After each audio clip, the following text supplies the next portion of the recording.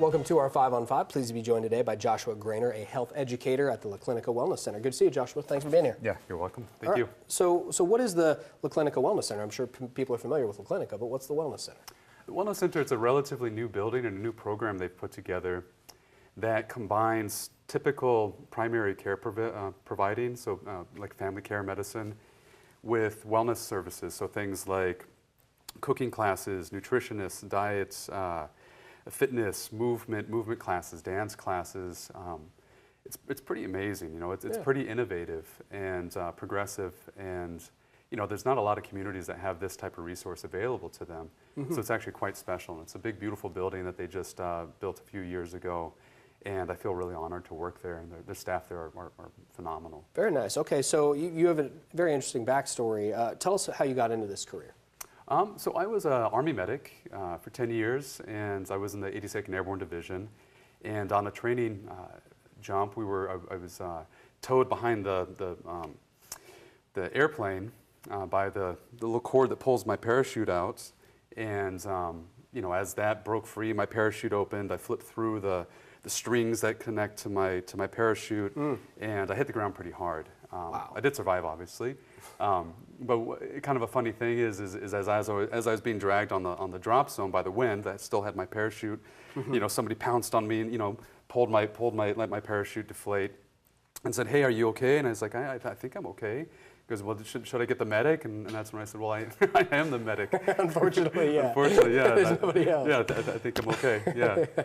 Wow. Well, thank you for your service first. Sure. Yeah. So, you know, we're talking here today about New Year's, being New Year's Day and all, and it's a time many people intend to set goals for themselves.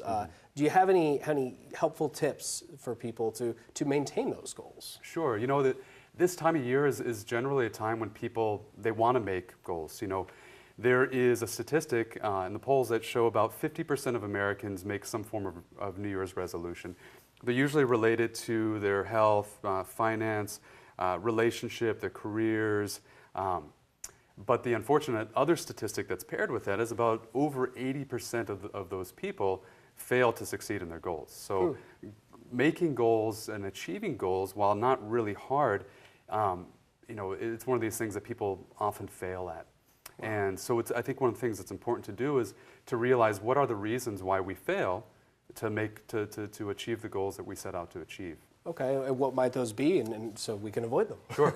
So one of the things is, you know, a lot of times we make goals that aren't really meaningful to us, right? It's something that's an idea. It's like, you know, it'd be great to lose some weight. I'd like to make a little bit more money. I'd like to get in better shape.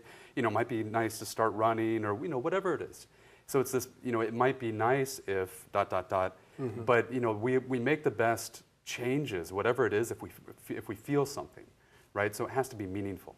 If the goal is meaningful to us, then we'll make that change. So one way to do that is to do a retrospective. We look at our year and we say, you know, what did we accomplish this year? What things did I struggle with? What were my challenges?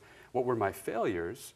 And a lot of times our failures and our challenges and our struggles act as a really good motivation for us to make those changes. So we can, you know, look at something that happened in our life or something that didn't happen that we wanted to happen, and we can say, here is a blind spot. Here is something that I'd like to change. Now it's meaningful. Now it actually has some motivation behind it. And something similar, maybe not the same as like a New Year's goal, but many of us have things in our life that we want to change. That's right. You know, it may not be a New Year's goal, but it may be something like, I really need to improve on this. How does a person get past the obstacles that they may face in doing that? Yeah, so I mean, this kind of technology of mind has existed for a really, really long time.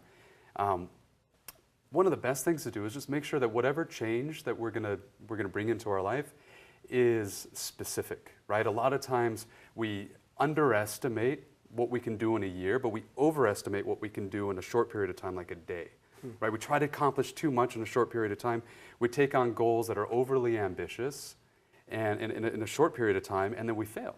So the thing is to make it specific. So say, for example, you know, talk to somebody and they say, I want to be healthier. You know, I hear that all the time as a health coach and as a health educator.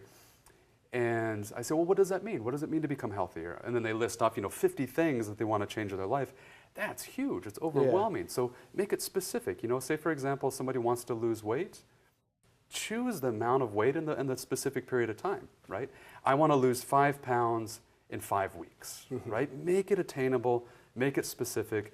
And the other aspect is we have to measure it. Whatever we measure is going to improve. If we don't measure it, how do we know if we're improving, right? So there's a lot of really good tools that are out there, both high tech and low tech, in order to measure our changes over time. Excellent. Good to see you. Thank you so much for being here. Appreciate it. All right, stay with us. We'll be right back.